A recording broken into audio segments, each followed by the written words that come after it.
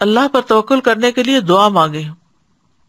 اللہم لک اسلمت وبک آمنت وعلیک توکلت وإلیک انبت وبک خاصمت اللہم انی اعوذ بعزتک لا الہ الا انت ان تضلنی انت الحی الذی لا یموت والجن والانس یموتون. پھر تمام معاملات اللہ کے سپرد کر دینے چاہیے. اللہم رحمتک ارجو فلا تکلنی الی نفسی طرفۃ عین واصلح لی شأنی کلہ لا الہ الا انت. اے اللہ میں تیری رحمت کا امیدوار ہوں، تو مجھے آنکھ جھپکنے تک کے لیے بھی میرے نفس کے حوالے نہ کرنا، اور میرے لیے میرے سارے معاملات درست فرما دے، تیرے سوا کوئی الہ نہیں.